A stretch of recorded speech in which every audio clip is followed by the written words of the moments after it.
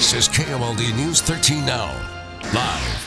Well, good Thursday morning, everybody. I'm Kayna Whitworth. And I'm Mark Stein. It was an emotional send-off this morning for Gabrielle Giffords as she officially resigned from the House of Representatives. For us specifically here in Arizona, with our close proximity to the border, people here really want to know more about your stance on immigration reform. I'm about 5'6", and I can barely even reach the top of where they've plowed. Police are searching for clues in what appears to be the murder of a young man from Tucson. This is really creating a lot of buzz nationally, but I'm right here at our local chapter of Susan G. Komen for Southern Arizona. We're on Broadway and Swan.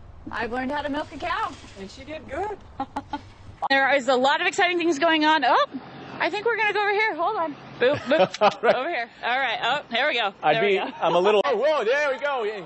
Hey, I'm the one who.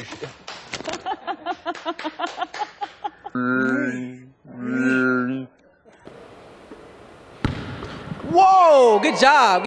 Goes in through his eye socket, all the way down his entire face, and then where it stops is it's pinching right on his carotid artery. So important for the officers, they put me through the obstacle course that the SWAT team uses. Many of you guys have made a new friend in Girls on the Run.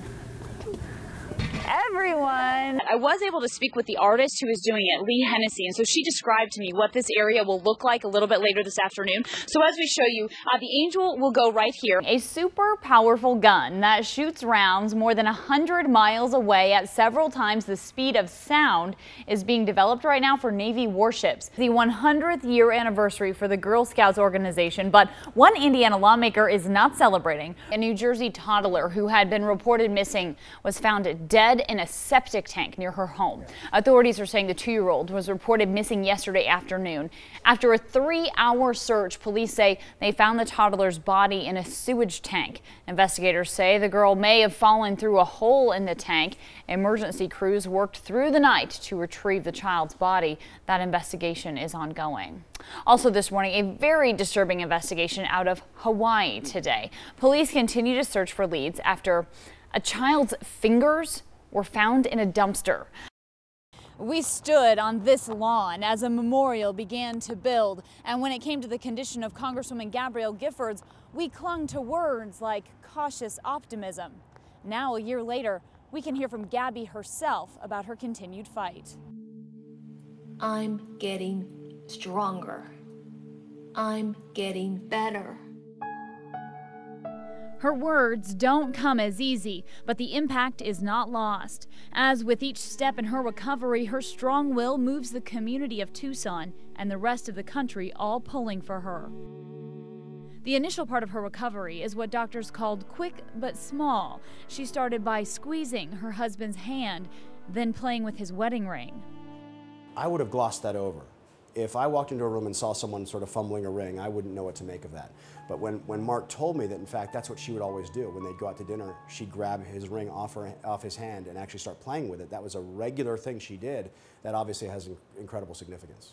The day President Barack Obama visited Tucson, Giffords opened her eye. And that was a poignant moment.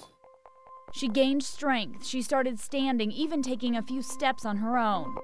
She was then brought up here to the top of University of Arizona Medical Center so that she could look out over the mountains before she was flown to Tier Memorial Hermann Hospital in Houston. She began work almost immediately. Her recovery has doctors and aphasia specialists optimistic.